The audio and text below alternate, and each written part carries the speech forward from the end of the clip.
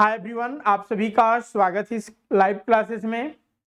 आज की इस क्लासेस में जो हम लोग डिस्कस करने वाले हैं वह झारखंड माध्यमिक आचार्य के रिगार्डिंग मुख्य विषय कंप्यूटर साइंस। कंप्यूटर साइंस की रिगार्डिंग आज ये पहला क्लास है जिसमें कि हम लोग मोस्ट इम्पोर्टेंट जो टॉपिक है उस पर चर्चा करने वाले हैं।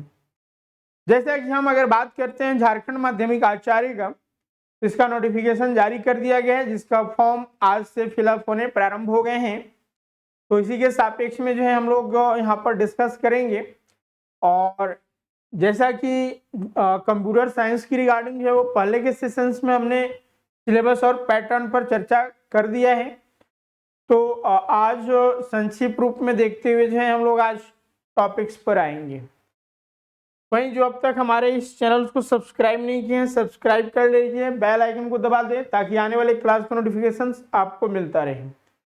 वहीं टेलीग्राम से भी ज्वाइन कर लें ताकि पीडीएफ और अन्य जानकारी भी जो है आपको उस माध्यम से अवेलेबल होते रहे। कंप्यूटर साइंस की रिगार्डिंग यानी झारखंड माध्यमिक आचार्य की रिगार्डिंग जो है वो कंप्लीट कोर्सेज प्रोवाइड कराए जा रहे हैं काफ़ी मिनिमम फी में। तो जल्द से जल्द ज्वाइन करके आप अपनी तैयारी को प्रारंभ कर दें। जैसा कि हम अगर बात करते हैं झारखंड माध्यमिक आचार्य का, तो पेपर 1 के साथ साथ जो है आपका पेपर 2 भी अवेलेबल है और कंप्यूटर साइंस और पेपर 1, ठीक है, काफ़ी मिनिमम फी में जो है ये कोर्सेस अवेलेबल हैं। अभी एक्स्ट्रा जो है वो 2000 का एडिशनल डिस्काउंट भी दिया जा रहा है। इस कोर्सेस में जो भी सिलेबस है पेपर 1 और पेपर 2 उन दोनों का जो है वो टॉपिक वाइज क्लासेस प्रोवाइड कराए जाएंगे। लाइव क्लास के साथ साथ रिकॉर्डिंग भी अवेलेबल होगा, PDF notes, MCQs, live test, ये सारी चीजें इसमें शामिल है। इनरोल्स करने के लिए स्वरूप लर्निंग ऐप गूगल प्ले से डाउनलोड करके आप ज्वाइन कर सकते हैं या फिर आपकी स्क्रीन पर जो नंबर दिख रहा है इस नंबर पर भी कांटेक्ट करके सारी जानकारियां और रजिस्ट्रेशन कर सकते हैं।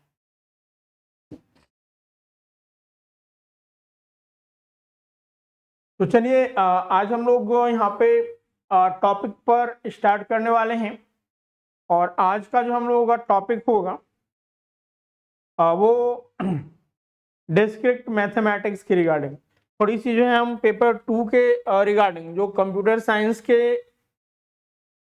जो सिलेबस दिए गए हैं हम उस पर डिस्कस कर लें, क्योंकि जो परीक्षा होंगी उसमें 2 पेपर होंगे, पेपर 1 और पेपर 2। पेपर 2 हमारा सब्जेक्ट से रिलेटेड होगा यानी कंसर्निंग सब्जेक्ट होगा जहाँ से 150 प्रश्न पूछे जाएंगे। अब ये 150 प्रश्न किन टॉपिक से पूछे जाएंगे तो चलिए हम लोग 1 बाय 1 करके यहाँ पर देख लें। Fundamental of computing, then programming concept and data structures, उसके बाद database management system, then computer networking and internet और डिस्क्रीट मैथमेटिक्स, एंड देन जो है आपका इमर्जिंग ट्रेंड्स। तो आज जो हम लोग डिस्कस करने वाले हैं वो डिस्क्रीट मैथमेटिक्स।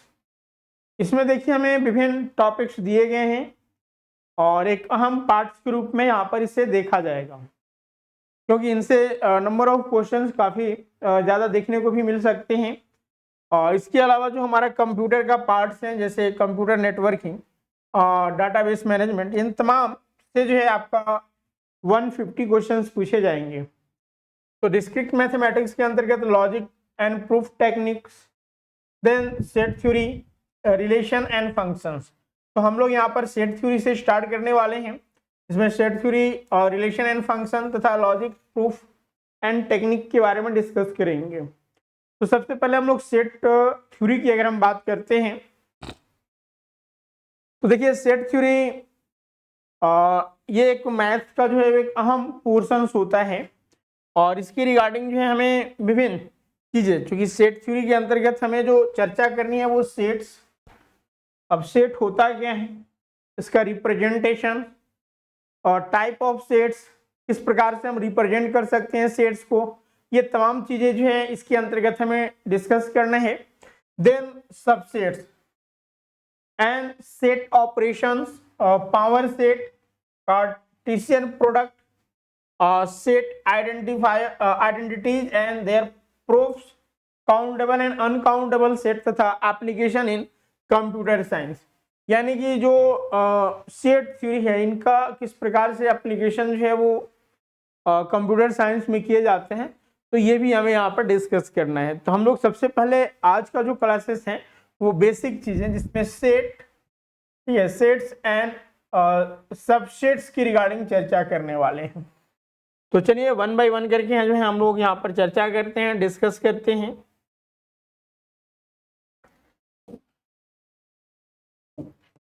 तो हम लोगों का जो टॉपिक है वो सेट थ्योरी।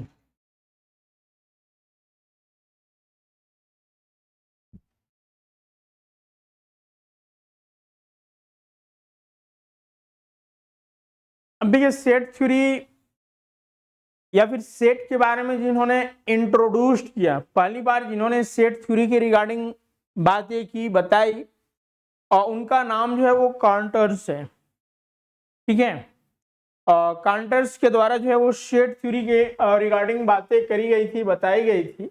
और ये सेट है क्या, इसके रिगार्डिंग हम डिफिनेशंस पर आएंगे। तो यहाँ पर कांटर के द्वारा जो है,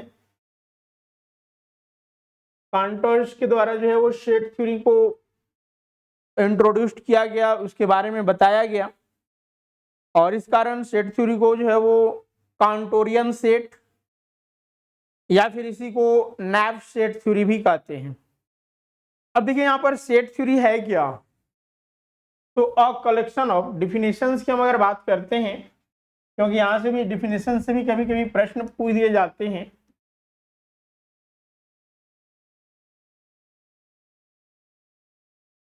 ठीक है, अ कलेक्शन ऑफ, ठीक है, यानी सेट इज अ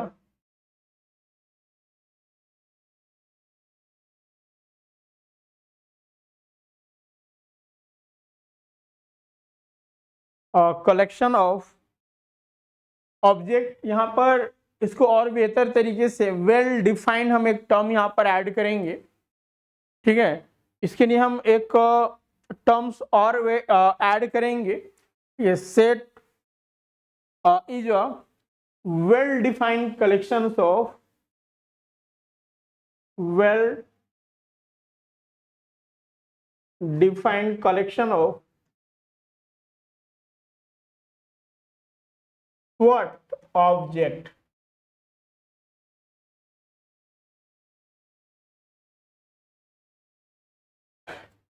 यानी कि कोई भी ऑब्जेक्ट जो वेल डिफाइंड कलेक्शंस को शो कर रहा है उसे हम सेट थ्योरी कहेंगे। यहां पर दो टर्म हमारे ऐसे आ रहे हैं जिनको समझना अति आवश्यक है। एक है हमारा object, what will be indicate object, और वेल डिफाइंड। वेल डिफाइंड कहने का मतलब हुआ कि एक सुव्यवस्थित वे में अरेंज्ड होना। जैसे हम मान लीजिए अगर हम सेट लिखना चाहते हैं 1 2 3 4, तो नाउ यहां पर आप देख पा रहे हैं अगर हम इसको ए से रिप्रेजेंट करते हैं, ठीक है, तो सेट ए जो है वो इसमें कितने एलिमेंट्स हैं, तो 4 एलिमेंट्स हैं। कौन कौन सा, 1 2 3 4। तो देखिए ये वेल डिफाइंड है। अब ऑब्जेक्ट्स में क्या हो सकता है, तो या तो आइदर एलिमेंट्स हो सकते हैं या फिर थॉट हो सकता है। ठीक है, आइदर एलिमेंट्स हो सकते हैं या फिर थॉट्स हो सकता है। तो यहां पर आपको यह ध्यान रखना है कि जब भी अगर ऑब्जेक्ट्स की बात करी जा रही है, ठीक है, ऑब्जेक्ट आर द एलिमेंट्स और मेंबर ऑफ अ सेट। ठीक है, ऑब्जेक्ट एक्चुअल में है क्या, तो एलिमेंट और members of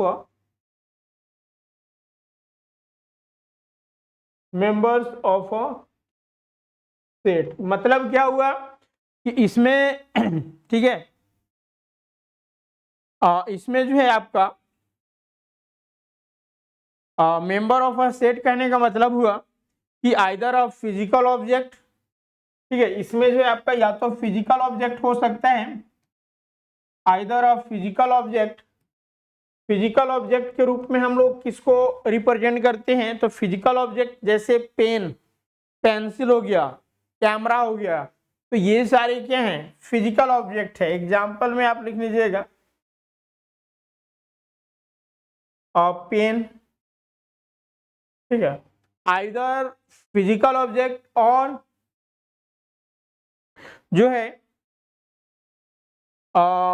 object of thoughts,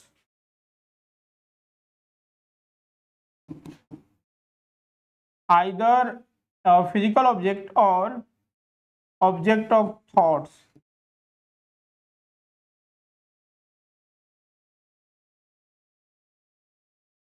thought के में अगर हम एग्जाम्पल देखें तो जो भी नंबर्स हैं, ठीक है, नंबर्स,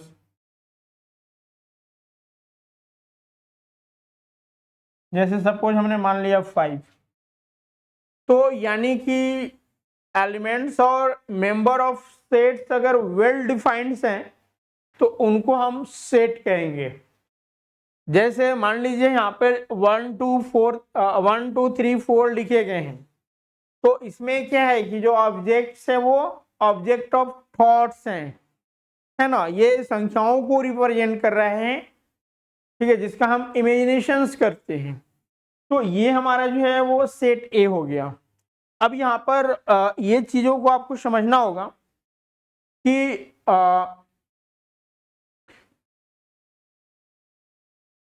ऑब्जेक्ट जो होंगे वो हमारा डिस्टिंक्ट भी होना चाहिए, ठीक है, डिस्टिंक्ट ऑब्जेक्ट्स। डिस्टिंक्ट मतलब हुआ कि नॉट सेम, ठीक है, डिफरेंट होनी चाहिए। हम तोड़ तोड़ कर इस कारण बता रहे हैं ताकि जो है आप चीजों को अच्छे से समझ सके, ठीक है। तो set is a well defined collection of distinct elements.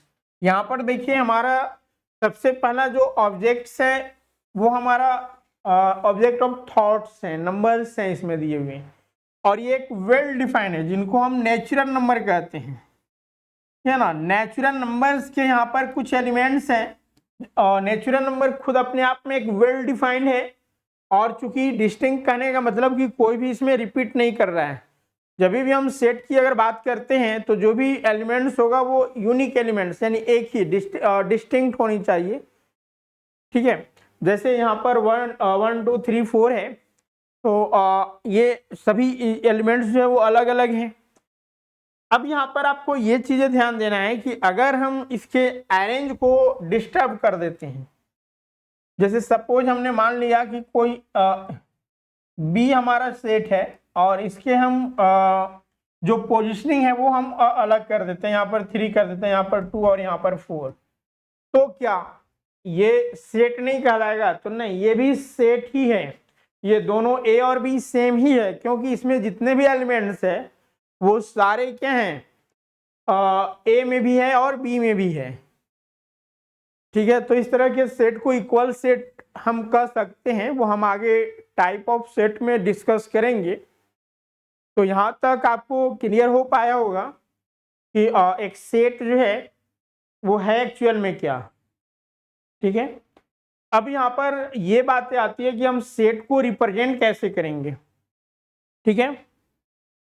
Set को रिप्रेजेंट कैसे करेंगे, ऐसे रिप्रेजेंटेशंस के लिए दो फॉर्म अवेलेबल्स होते हैं। या तो हम बिल्डर फॉर्म में कर सकते हैं, ठीक है, सेट को जो है वो या तो बिल्डर फॉर्म में रिप्रेजेंट कर सकते हैं या फिर टेबुलर फॉर्म में या फिर वेन डायग्राम में। उससे पहले कि हम कुछ सिंबल्स की बात कर लें कि कोई भी अगर हमारा सेट है, मान लीजिए सपोज ए हमारा सेट है, तो ए को हम सेट, अगर हमें इसमें जो एलिमेंट्स हैं उनको रिप्रेजेंट करना होगा तो हम अर्ली ब्रैकेट के अंदर में जो है वो सारे एलिमेंट्स को लिखते हैं।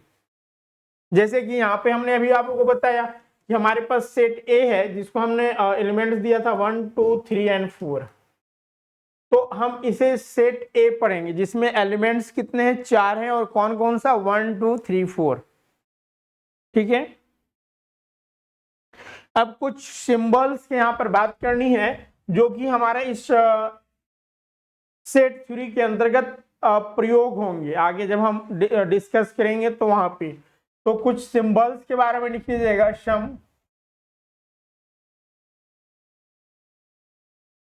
सिंबल्स,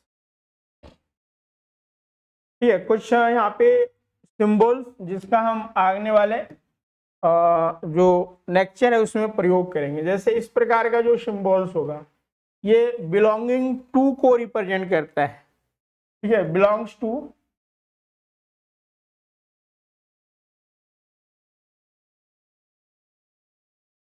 जैसे सपोज मान लीजिए x क्या है, बिलोंग्स कर रहा है नेचुरल नंबर में n, n यहाँ पे नेचुरल नंबर में है। हम सेट की रिगार्डिंग कुछ जो प्रेजेंटेशंस है उसकी रिगार्डिंग हम यहाँ पर बात करेंगे। तो n अगर मान लीजिए हम x जो है वो 3 है, तो 3 क्या है, नेचुरल नंबर में आता है, तो इसी को हम लोग रिप्रेजेंट करते हैं 3 बिलोंग्स टू n, यानी x जो है वो n में नेचुरल नंबर में बिलोंग्स करेगा, तो इस सिंबल का हम प्रयोग करते हैं। वहीं इस तरह से अगर सिंबल्स दिया गया है तो ये फॉर ऑल या फिर फॉर एवरी, ठीक है, इसके लिए हम फॉर ऑल या फिर इसी को हम फॉर एवरी के रूप में रिप्रेजेंट करते हैं। जैसे for all real number, for all natural number, तो इस तरह से हम रिप्रेजेंट करेंगे।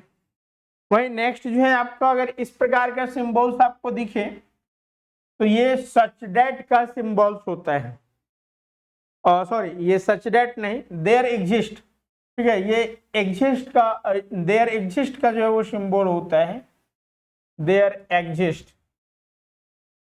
ठीक है, ये एग्जिस्ट करेगा। और अगर इस तरह के सिंबल्स हो, ठीक है, दो जो है वो बिंदु इस तरह से दिए हुए हैं, तो ये सच डेट का सिंबल होता है, सच डेट। और अगर सिर्फ कॉमा है तो ये एंड को रिप्रेजेंट करता है।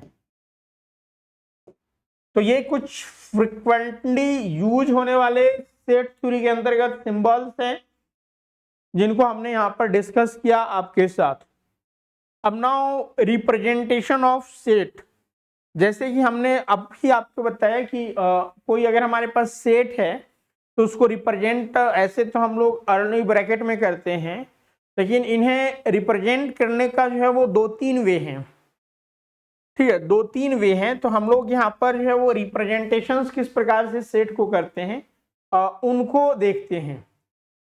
तो लिखिएगा रिप्रेजेंटेशन ऑफ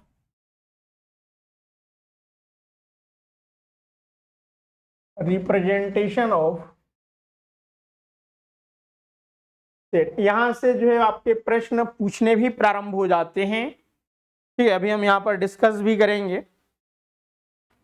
तो जो सेट होते हैं उनको हम 3 प्रकार से रिप्रेजेंट कर सकते हैं। पहला जो है वो आपका टेबुलर फॉर्म है,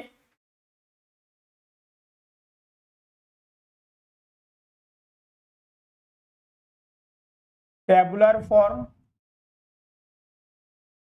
ठीक है, first one is the tabular form, इसी को अदर नाम से भी जाना जाता है रोस्टर फॉर्म,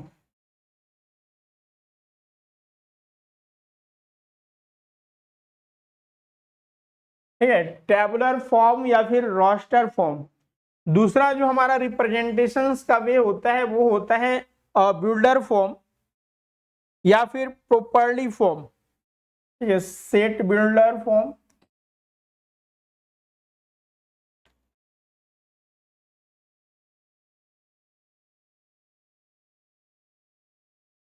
या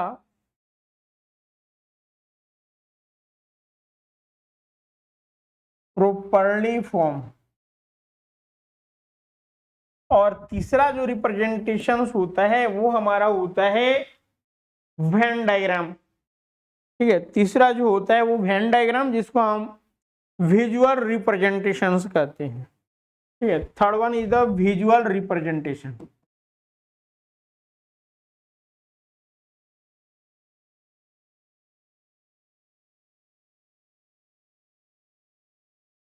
now these are the 3 way that we represent set.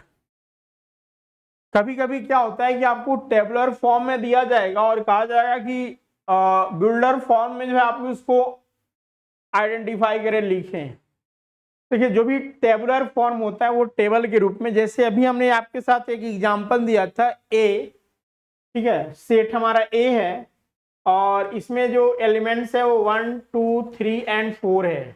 तो now this is a tabular form, ठीक है, हमें यहाँ पे टेबल के रूप में रिप्रेजेंट करना है मुख्य रूप से।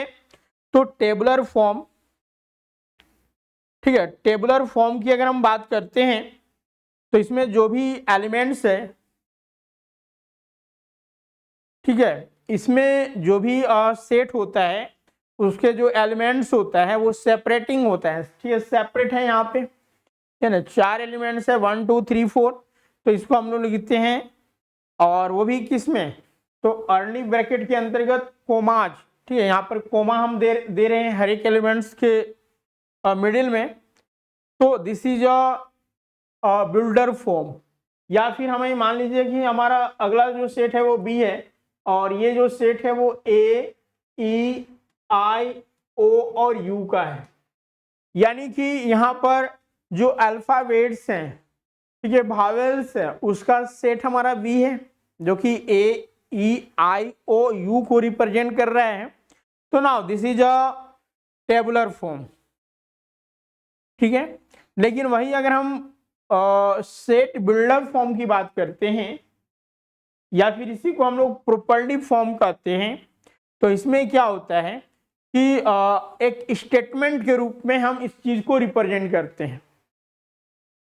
अब स्टेटमेंट जैसे मान लीजिए हमारा जो है वो कोई नंबर्स दिया गया है, जैसे सपोज हम इसी को, ये जो हमारा नंबर दिया गया है, हम इसको अगर बिल्डर फॉर्म में लिखना चाहें तो हम कैसे रिप्रेजेंट करेंगे या फिर कैसे लिखेंगे।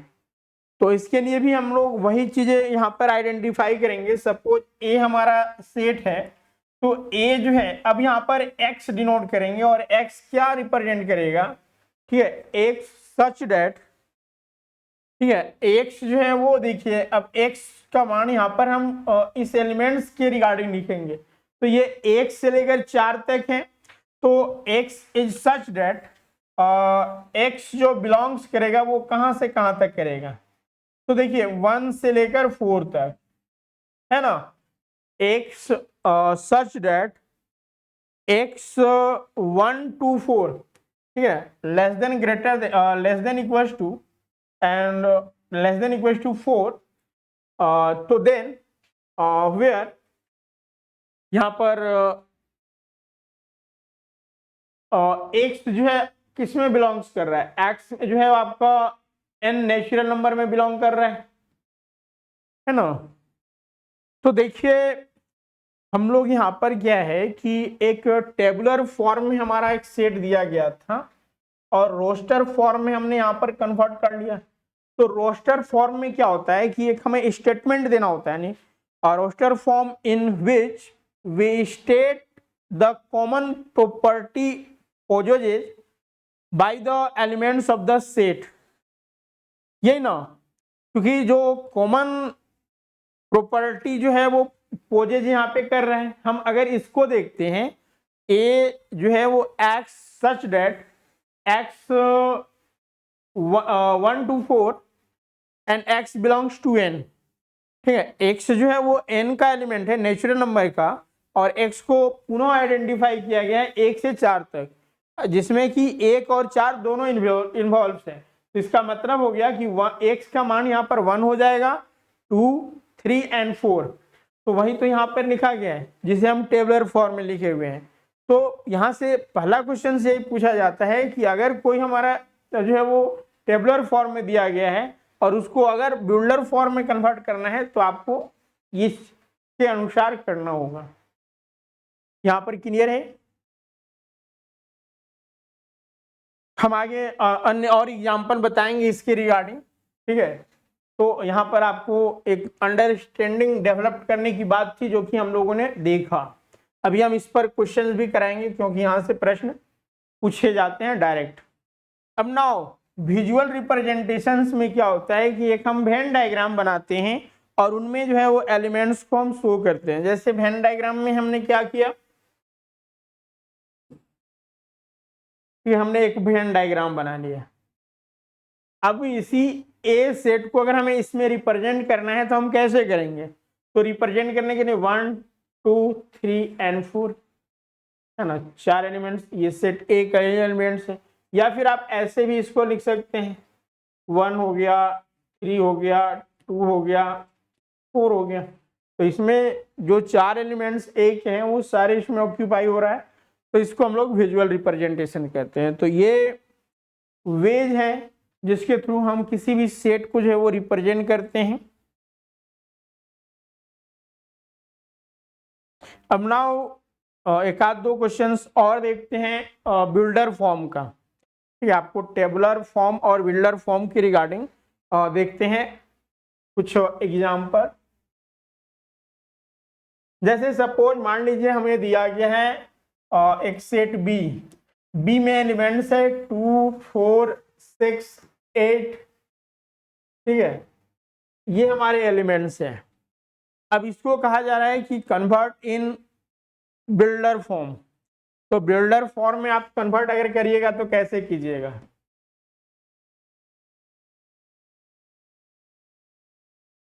देखिए सिंपल सा है कि हम तो सबसे पहले बिल्डर फॉर्म में, यानी कि बी को जो हमें बिल्डर फॉर्म में लिखना है, हमने अर्ली ब्रैकेट यहाँ पर स्टार्ट कर दिया। और जो हमारा अब यहाँ पर एलिमेंट्स हम लिखेंगे। ठीक है, अब यहाँ पे हम क्या करेंगे कि एलिमेंट्स लिखेंगे।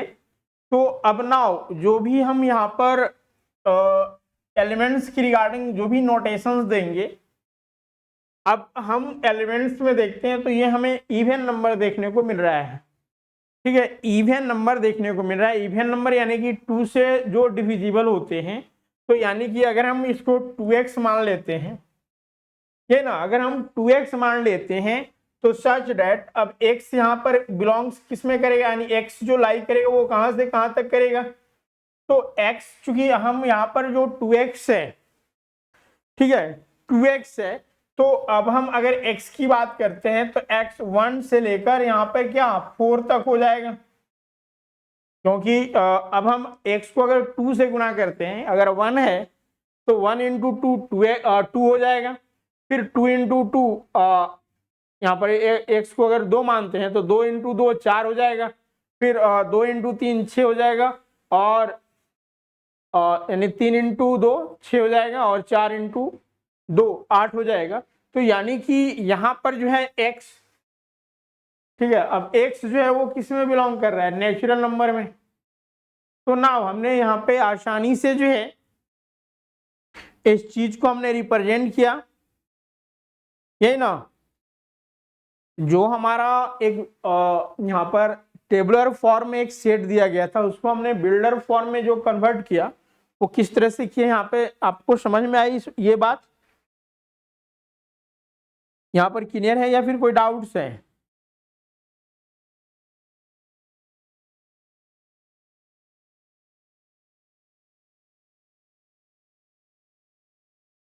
ठीक है, तो हमें इस तरह से जो है वो सोचना होगा ताकि जो है हम उसको स्टेटमेंट के, ठीक है, प्रॉपर प्रॉपर्टीज जो है उसके अकॉर्डिंग हम इसको रिप्रेजेंट कर सकें। वही अगर मान लीजिए कि हमारा यहाँ पे इसके रिगार्डिंग हमें जो है वो बिल्डर फॉर्म दिया रहता है और टेबुलर फॉर्म लिखना है, तो वो काफी आसान हो जाएगा। जैसे सपोज मान लीजिए कि एक एग्जाम्पल हमारा दिया गया है। ठीक है, एक एग्जाम्पल दिया गया है बिल्डर फॉर्म में। मान लीजिए सेट ए दिया गया है और ये है आपका x। ठीक है, ये हमारा x है, एंड सच डेट x जो है वो आपका यहाँ पर दिया गया x square minus 5x plus 6 equals to 0।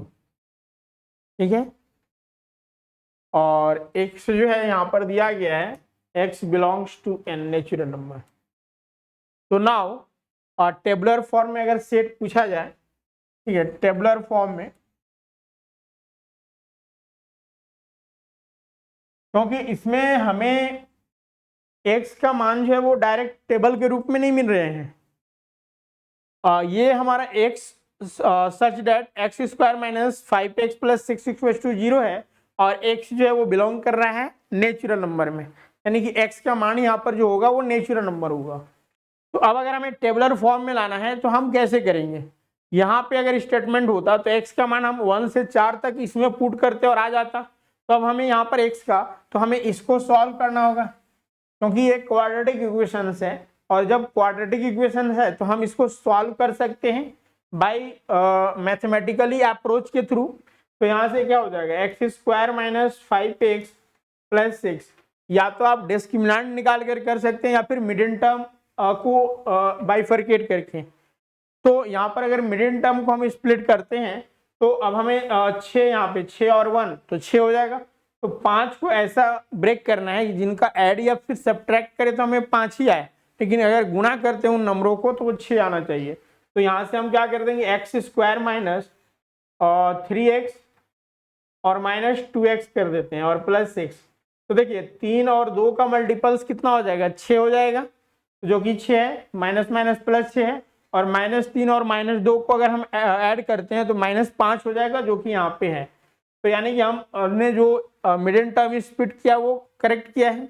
अब नाउ हम पहले 2 स्टेप में अगर देखते हैं तो यहाँ पर कॉमन क्या है हमारा, x है, तो x कॉमन निकल जाएगा तो x -3 बचेगा, और इन पीछे वाले 2 स्टेप में 2 कॉमन है तो 2 को अगर बाहर कर देते हैं तो यहाँ से हमारा x -3 बचेगा। अब नाउ इस पूरे में देखिए आपका जो कॉमन है वो क्या है, x -3, ये ना x -3। तो चलिए हम यहाँ पर लिखते हैं, इसके बाद यहाँ पे लिखते हैं, तो x -3 जो है वो दोनों में कॉमन है और इतना बराबर 0 है हमारा,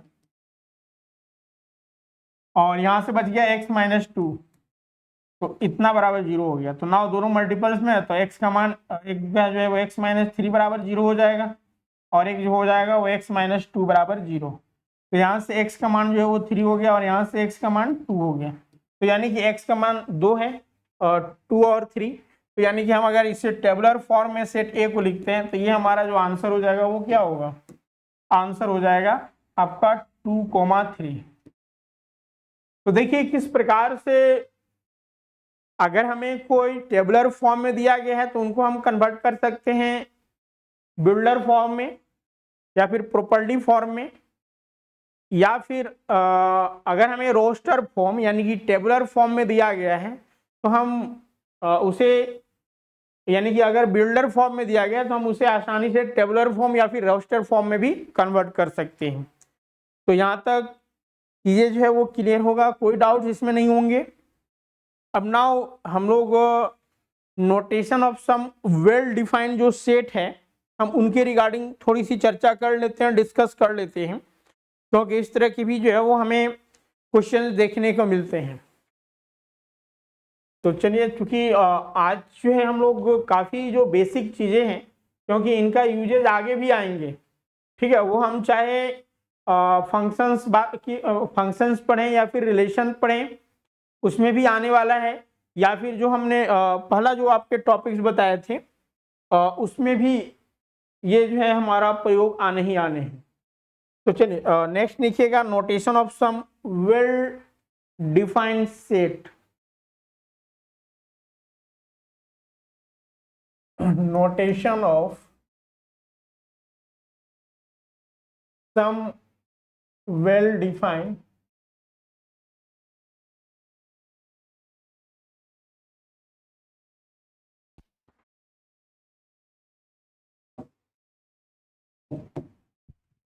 अब देखिए कुछ जैसे कि नेचुरल नंबर एक वेल डिफाइंड सेट है।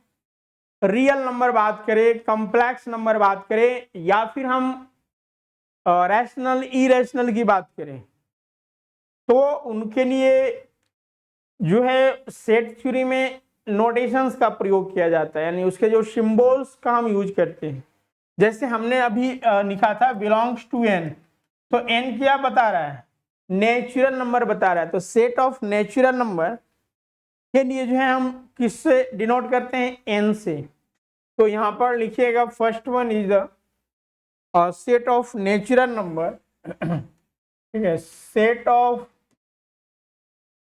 Natural number is denoted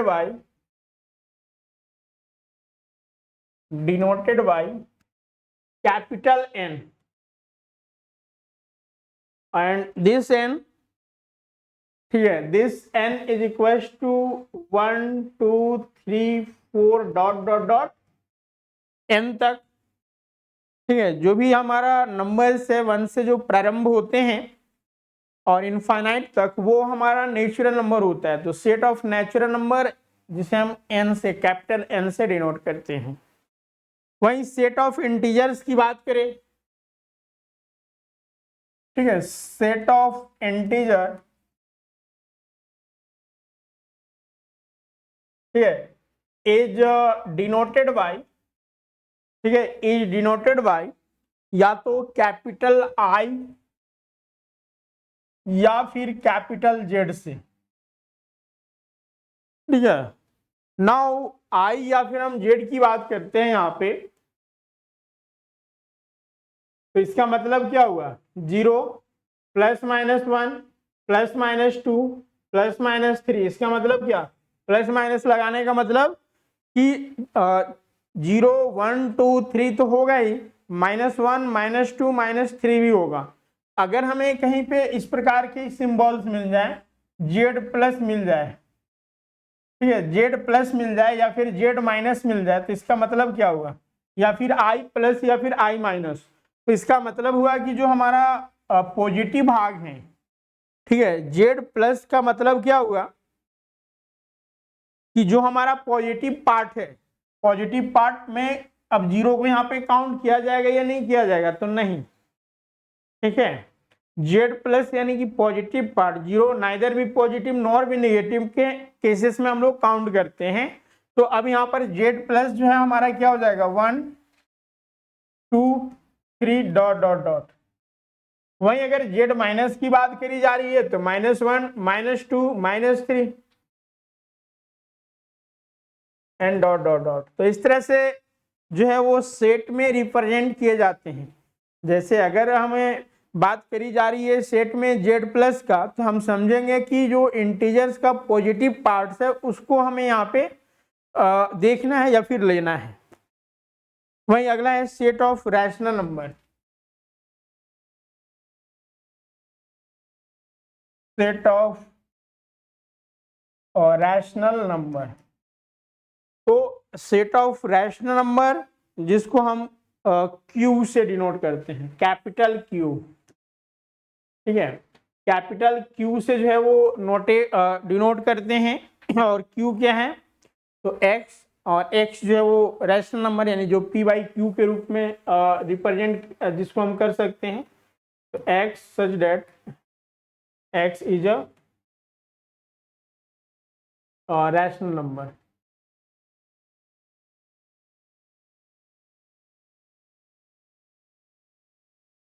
now next set of real number. तो सेट ऑफ रियल नंबर क्या हो जाएगा, 4 number set of real number, इसको जो डिनोट करते हैं वो कैपिटल R से। और नेक्स्ट जो है आपका set of complex number, complex number को कैपिटल C से डिनोट करते हैं। तो now these are the some well defined sets which denoted by these letter, ठीक है, इन अक्षरों से जो है वो जिनको हम लोग डिनोट करते हैं। अब नाउ अगला जो हमारा है वो क्लासिफिकेशन ऑफ सेट, ठीक है। नेक्स्ट लिखिएगा classification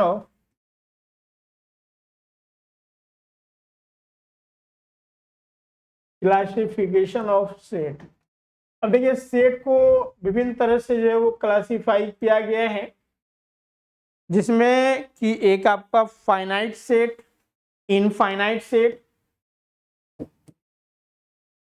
first one is the finite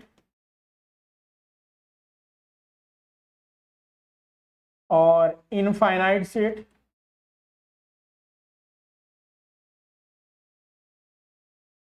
देखिए फाइनाइट और इनफाइनाइट क्या होता है, ठीक है। फाइनाइट यानी कि जिसके एलिमेंट्स जो हैं काउंटेबल हैं, यानी कि जिसका एलिमेंट्स जो है वो हम काउंट कर सकते हैं, लिख सकते हैं। जैसे सपोज हमें एक सेट दिया गया है, सेट ए में जो एलिमेंट्स है 1 2 3 4 5 6 7 8। Now this elements is a finite, but other set is given B and its element will be 1 2 3 dot dot dot। यानी कि अब इसमें कितने एलिमेंट्स है वो हम काउंट नहीं कर सकते हैं, तो ये हमारा इनफाइनाइट सेट हो गया। यहाँ से भी जो है वो हमें यानी कि क्लासिफिकेशन ऑफ सेट से भी प्रश्न देखने को मिलते हैं। अब नाउ दूसरा जो है वो नल सेट।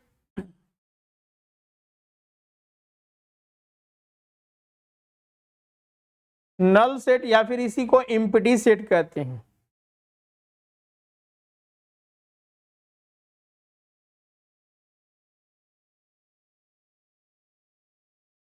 देखिए एम्प्टी मतलब क्या, खाली। नल यानी कि कुछ नहीं। तो एम्प्टी सेट को या फिर हम नल सेट की बात करते हैं, तो इसका मतलब हुआ कि a set having no elements. ठीक है, अ सेट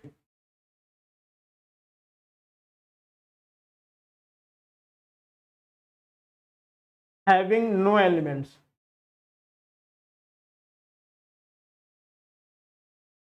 और इसको जो हम लोग रिप्रेजेंट करते हैं वो फाई से। ठीक है, वो हम लोग किससे रिप्रेजेंट करते हैं, फाई से। जैसे एक एग्जाम्पल लेते हैं नल सेट का। एग्जाम्पल से प्रश्न देखने को मिल जाता है हमें। एग्जाम्स में क्या है कि दिया रहेगा आपके 4 ऑप्शंस और उसमें पूछा जाएगा कि which given are a non set या फिर एम्प्टी सेट। जैसे सपोज एक एग्जाम्पल यहाँ पर दिया गया है, एक सेट है ए, और ए में जो एलिमेंट्स है वो x and x not equal to x. ठीक है, x and x not equal to x. तो नाउ अब यहाँ पर देखिए कि एक्स सेट है लेकिन एक्स में कोई एक्स है ही नहीं, x not equal to x. तो दैट मीन्स क्या कि इसमें कोई एलिमेंट है ही नहीं, नो एलिमेंट्स। तो now this set is a null set. ठीक है, this set is a null set. अब कभी कभी क्या होता है कि आपको एक सेट दे दिया जाएगा, अब ये पूछा जाएगा कि ये क्या नन सेट है या फिर नहीं है। एम्प्टी सेट इसको कहा जाएगा या नहीं कहा जाएगा। ठीक है, एम्प्टी सेट कहा जाएगा या नहीं कहा जाएगा।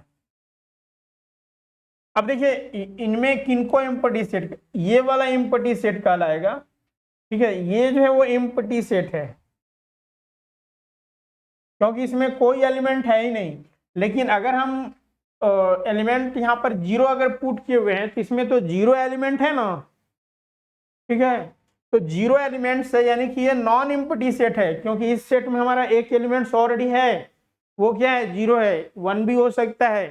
तो यानी कि इस तरह के सेट को जो है हम नल या फिर एम्प्टी सेट नहीं कहेंगे, क्योंकि इसमें एक ही जो है वो एलिमेंट्स है।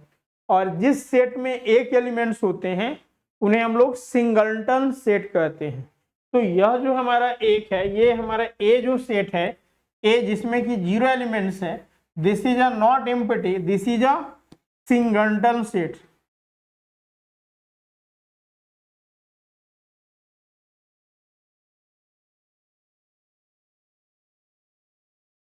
इन बेसिक चीजों से भी आपके प्रश्न पूछे जाते हैं, तो इन बारीकियों पर काफी जो है वो अच्छे से ध्यान देने की जरूरत है। अब देखिए यहाँ पर एक और हम इसी में एग्जांपल लेते हैं इसी का, और आप लोग बताइएगा कि क्या ये एम्प्टी सेट है या नहीं है। तो मान लीजिए कि हमारा सेट बी है और बी जो है वो x such that x is x square plus 1 equal to 0 and x belongs to N natural number. ठीक है, तो बताना है कि ये क्या एम्प्टी सेट है या नहीं है। यहाँ पर देखिए, अगर यहाँ पर ये जो है वो 0 है, अगर हमें इसमें इस प्रकार के यहाँ पे हम 5 लिख सकते हैं,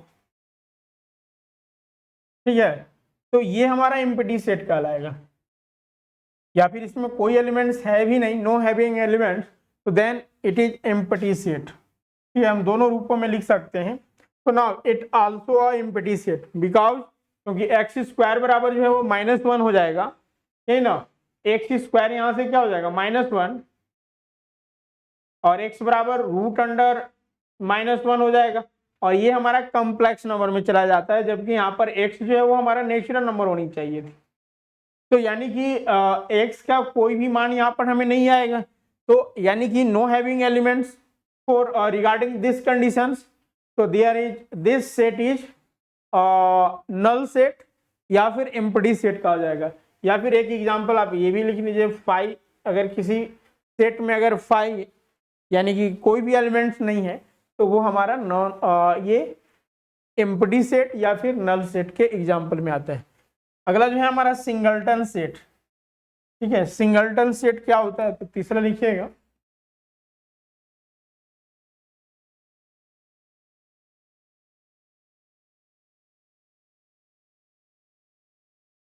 अगर कोई भी हमारा सेट है और सिर्फ वो केवल एक ही एलिमेंट को ऑक्यूपाई कर रहा है, ठीक है, और set having only one element, और सेट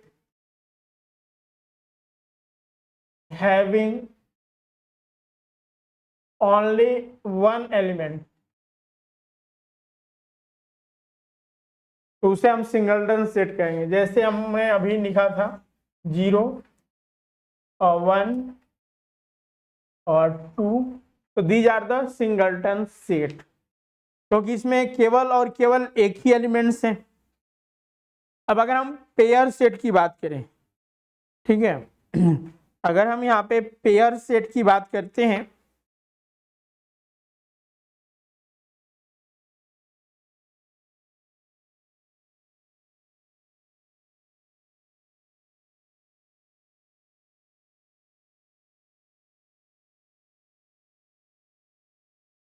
फोर्थ नंबर आपका पेयर सेट। तो अब ऐसे यहाँ पर वर्ड से जैसे सिंगलटन यानी सिंगल, पेयर यानी डबल, तो यानी कि set having 2 elements, exact 2 elements, तो then these set are known as pair set. Example will be what? 1 2, इसमें 2 एलिमेंट्स हैं, 5 6 2 एलिमेंट्स हैं। अगर एक एग्जाम्पल यहाँ पर हम ये दे रहे हैं रोस्टर फॉर्म, बिल्डर फॉर्म में, आप इनको बताइएगा इसका रोस्टर फॉर्म, और ये क्या इसमें आएगा। यहाँ पर दिया गया है एक एग्जाम्पल, ये सारे एग्जाम्पल में है, और बी एक सेट है, और बी जो है वो आपका एक्स, ठीक है, और such that x is a real number, ठीक है, such that x is a real number, and यहाँ पर कॉमा भी हम दे सकते थे लेकिन एंड लिख दिए, and x square equal to 16। ठीक है, तो now this is a pair set और नॉट। एक तो यहाँ पर अगर इस प्रकार से दिया गया है, और अगर ये हमारा बिल्डर फॉर्म में है, इसको अगर टेबलर फॉर्म में लाया जाएगा तो काफी आसानी से ला सकते हैं। ठीक है, इतना ही तो हमारा क्या है, एक्स स्क्वायर बराबर 16 है, तो एक्स √16 हो जाएगा, और चूंकि एक्स स्क्वायर है यानी कि 2 मान इसका हमें आएगा, तो एक प्लस में होगा और एक माइनस में होगा, यानी कि -4 एंड +4, या फिर 4 या फिर -4। ये भी चीजें जो हैं यानी कि हमारा जो पेयर सेट हो गया वो -4 और 4 जो है इसमें एलिमेंट्स हैं, +4 या फिर -4, या फिर हम इसको ऐसे भी लिख सकते हैं +4 -4, does not matter, these are the same. यहाँ पर एक चीज याद रखना है कि सेट में अगर कोई भी एलिमेंट्स के स्थान को हम अगर चेंज करते हैं तो उस सेट में किसी प्रकार का कोई परिवर्तन नहीं होता, वो सेम सेट ही कहलाएगा। ठीक है, ये बात समझ में आई। तो ये हमारा जो है वो क्लासिफिकेशन ऑफ सेट के रिगार्डिंग डिस्कस किए। तो बताइए यहाँ तक अगर किन्हीं का कोई डाउट्स है या फिर कुछ पूछना चाहते हैं।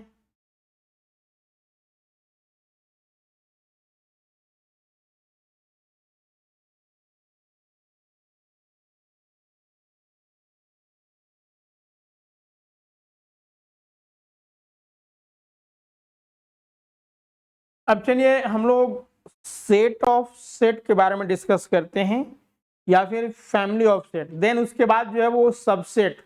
ठीक है, सेट के बाद जो हमारा दूसरा टॉपिक सबसेट है हम उस पर डिस्कस करेंगे। तो उससे पहले कि हमें एक और जानकारी यहाँ पर अपेक्षित है जो कि है हमारा set of set.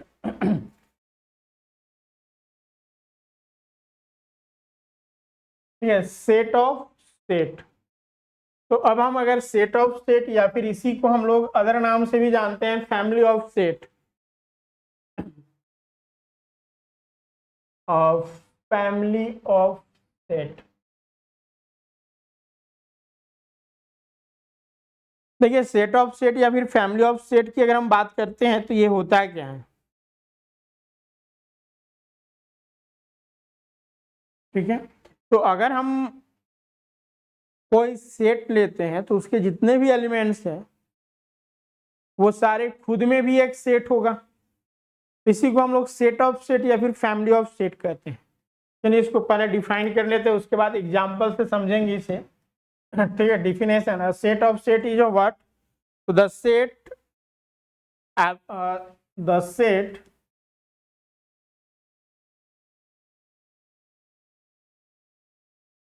every elements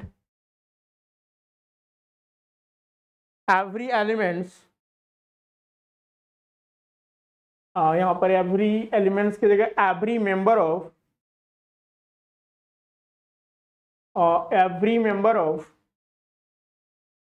which is itself, every member of which is itself, yeah, which is itself a set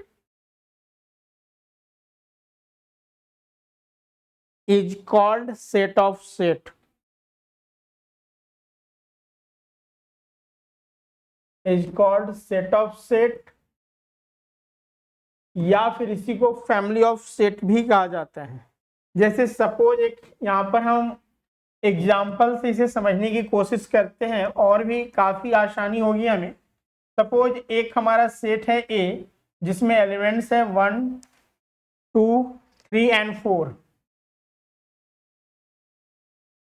ठीक है, हमारे पास एक सेट है ए जिसमें हमारे पास 4 एलिमेंट्स है।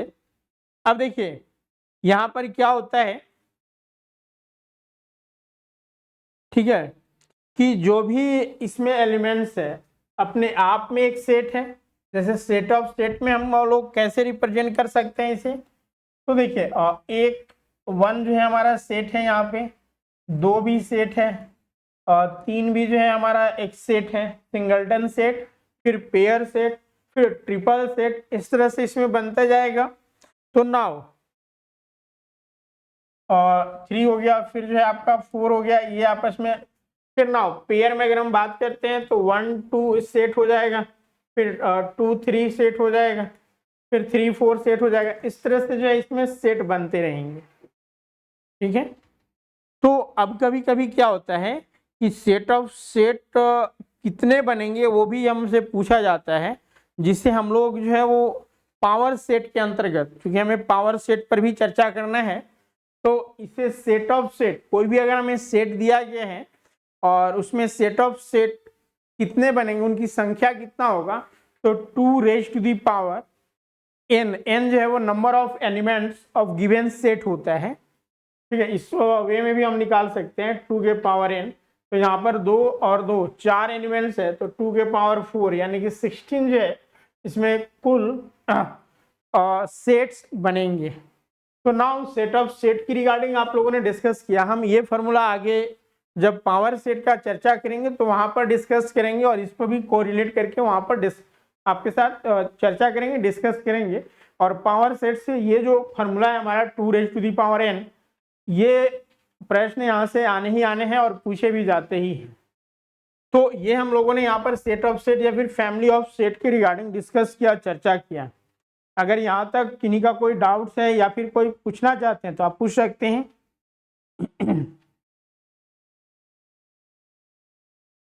अब देखिए जो भी सेट ऑफ लाइन, ठीक है, लाइन में क्या होता है 1 2 3 4 सारे नंबर होते हैं।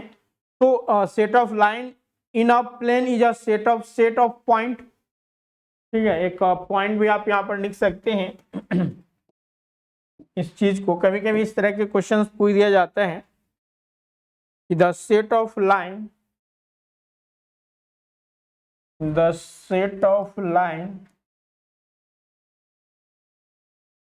in a plane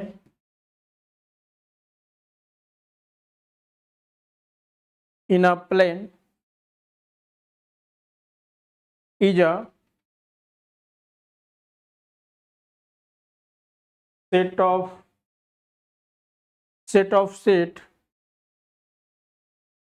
of point। क्योंकि देखिए एक लाइन में विभिन्न पॉइंट्स होते हैं, क्योंकि जो लाइन बनता है वो तो पॉइंट से ही, लोकस ऑफ पॉइंट से बनता है, तो ऑब्वियस है कि वो सेट ऑफ सेट होगा। तो इस चीजों को आपको समझना है।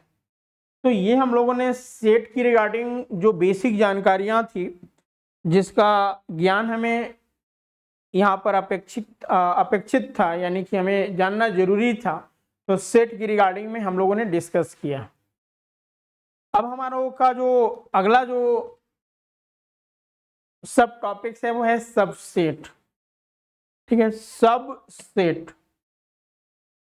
तो चलिए हम लोग सबसेट की रिगार्डिंग यहाँ पर डिस्कस करते हैं थोड़ा सा।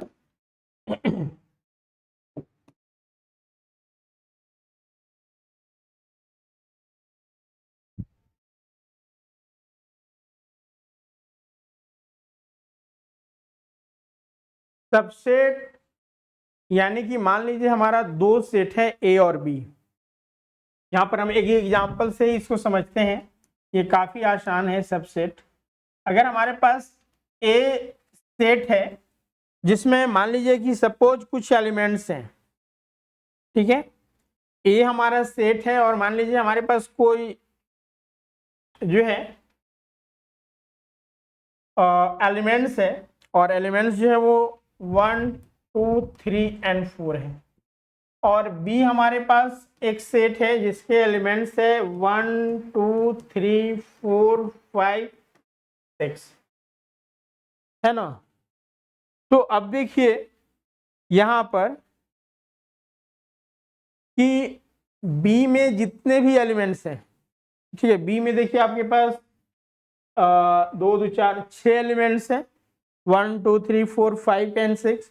और ए में हमारा 1 से लेकर 4 तक है, यानी कि ए के सारे एलिमेंट्स जो वो बी में है ना। तो ए के अगर सारे एलिमेंट्स बी में हो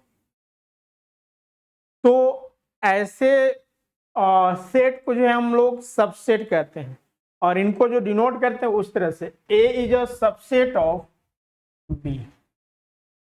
क्या कहते हैं, A is a subset of B.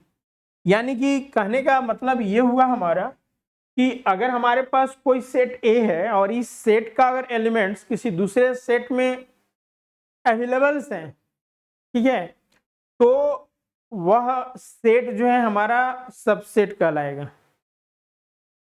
अब इसको डिफाइन किस तरह से करते हैं, डिफिनेशन से भी प्रश्न पूछे जाते हैं। तो डिफिनेशन आप लोग लिखिएगा, if A and B are the two set,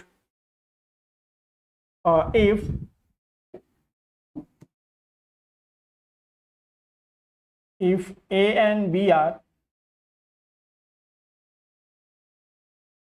are two sets such that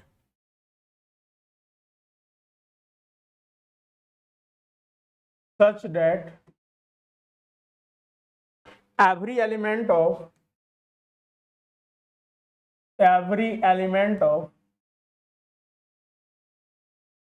A is an element of B.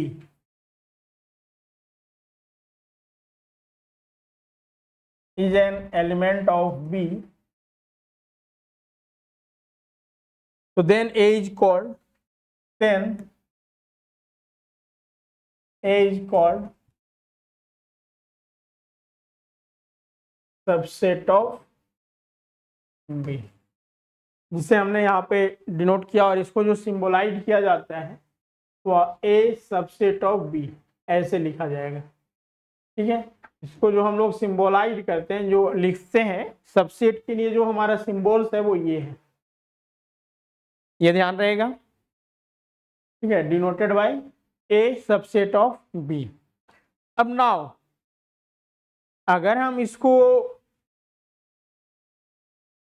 Set theory के सिंबलाइजेशंस की रिगार्डिंग हम अगर चर्चा करते हैं तो हम कैसे देख सकते हैं? तो हम ये कह सकते हैं, ये जो स्टेटमेंट है इसका मतलब ये हुआ कि 10, अगर मान लीजिए कि इफ A जो है वो हमारा बिलोंग कर रहा है, यानी A जो एलिमेंट्स है वो सेट A में बिलोंग कर रहा है, और A जो है वो आपका B में भी बिलोंग कर रहा है। ठीक है, यही ना हुआ कि A जो है वो हमारा A में तो बिलोंग कर ही रहा था, और A जो है वो B में भी अगर बिलोंग कर रहा है तो इसका मतलब ये हुआ कि A जो है वो सबसेट ऑफ B है। अब यहाँ पर ये चीजें आपको ध्यान रखना है कि for all A belongs to A, है ना, फॉर ऑल A जो है वो A में बिलोंग कर रहा है, सेट A में, तो देन उस केसेस में हम क्या कहेंगे कि A is a subset of B। बात समझ में आई? ये हमारा जो है वो मैथमेटिकली रिप्रेजेंटेशन है सबसेट की रिगार्डिंग, जो कि डायरेक्ट जो है आपके क्वेश्चंस में पूछे जा सकते हैं। ये थ्योरम्स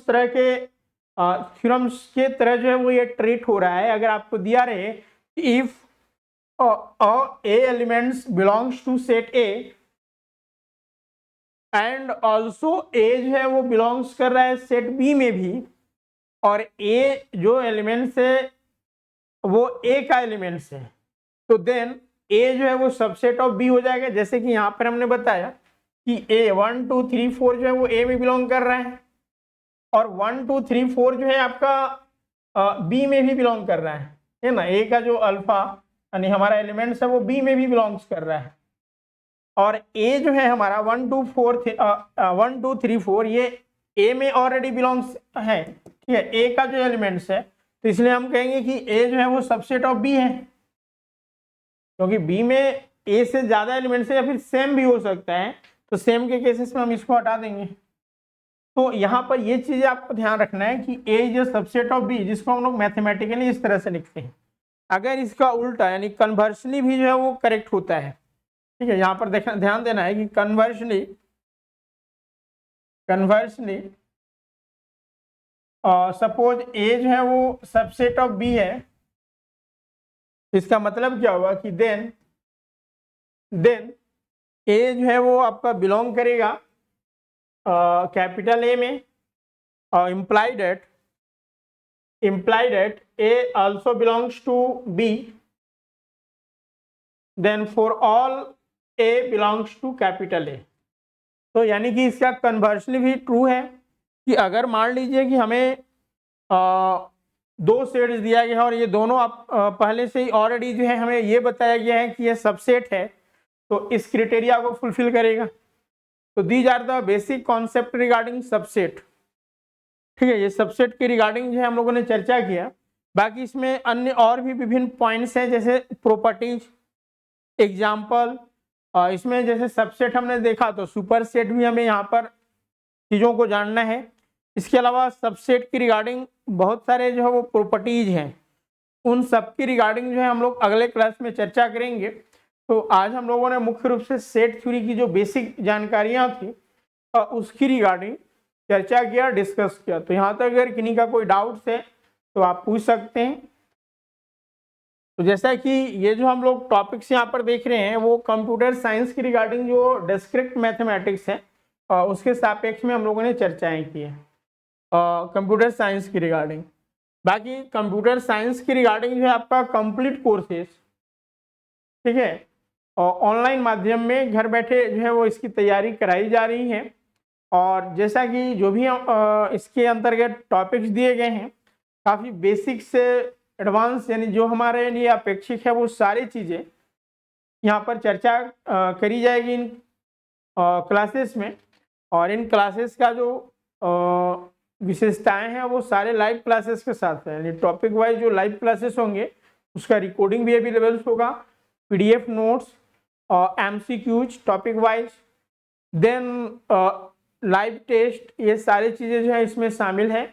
और काफ़ी मिनिमम प्राइस में जो है ये कोर्सेस अवेलेबल हैं। इन कोर्सेस में आज ही ज्वाइन करें और अपना तैयारी जो है वो प्रारंभ कर दें, क्योंकि इसके लिए जो है आपके क्रूशियल टाइम ही चल रहे हैं, क्योंकि इसके ये चूँकि हाई कोर्ट के गाइडलाइंस में जो है ये एग्ज़ाम कंडक्ट कराया जा रहा है, तो 100% श्योर रहें कि इसमें जो है आपका एग्ज़ाम बहुत जल्द जो है वो कंडक्ट कराया जाएगा। कुछ जो है वो चीज़ें जैसे अड़चने आ रही है कि जो कंप्यूटर साइंस के एजुकेशन क्वालिफिकेशंस की रिगार्डिंग, तो ज़्यादातर ये चांसेस है कि इससे जो बीएड की जो अनिवार्यता रखा गया है उसे समाप्त किया जा सकता है। ठीक है, तो इस रिगार्डिंग भी जो है आप इसमें तैयारी प्रारंभ कर दें और सारे चीज़ें जो हैं आपको यहाँ पे कंप्लीट कराए जाएंगे। और इस कोर्सेस में जैसा कि हमने आपको विशेषताएं भी बताई, और दोनों पेपर की जो है वो तैयारी आप कर सकते हैं, या फिर अगर आप मात्र कंप्यूटर साइंस की रिगार्डिंग ज्वाइन करना चाहते हैं तो वो भी सुविधा अवेलेबल है। इसके अलावा इंस्टॉलमेंट में भी आप कोर्सेज परचेज कर सकते हैं। कोर्सेज परचेज करने का प्रोसेस आप गूगल प्ले से स्वरूप लर्निंग ऐप डाउनलोड करके, या फिर इस वीडियो के डिस्क्रिप्शन बॉक्स में भी लिंक दिया गया, वहाँ से डायरेक्ट जाकर आप पेमेंट करके कोर्सेज में ज्वाइन कर सकते हैं, या फिर आपके स्क्रीन पर जो नंबर दिख रहा है इस नंबर पर या फिर इस नंबर पर कांटेक्ट करके सारी जानकारियाँ और रजिस्ट्रेशंस आप करा सकते हैं। ठीक है, बाकी किसी भी क्वेरी के लिए आप दिए हुए नंबर पर कांटेक्ट कर सकते हैं या फिर व्हाट्सएप कर सकते हैं। अभी झारखंड माध्यमिक आचार्य की रिगार्डिंग कंप्यूटर साइंस यानी पेपर 1 के साथ साथ कंप्यूटर साइंस के अलावा पॉलिटिकल साइंस हो गया, समाजशास्त्र हो गया, मनोविज्ञान हो गया, भूगर्भ शास्त्र, मैथ, कॉमर्स, हिंदी लिटरेचर, इन तमाम जो है वो सब्जेक्ट्स की तैयारी कराई जा रही है। तो आप आज ही ज्वाइन करें और अपनी तैयारी प्रारंभ कर दें। तो चलिए आज के सेशंस को हम लोग यहीं पे रखते हैं और पुनः मिलते हैं अगले क्लासेस में। Thank you all of you.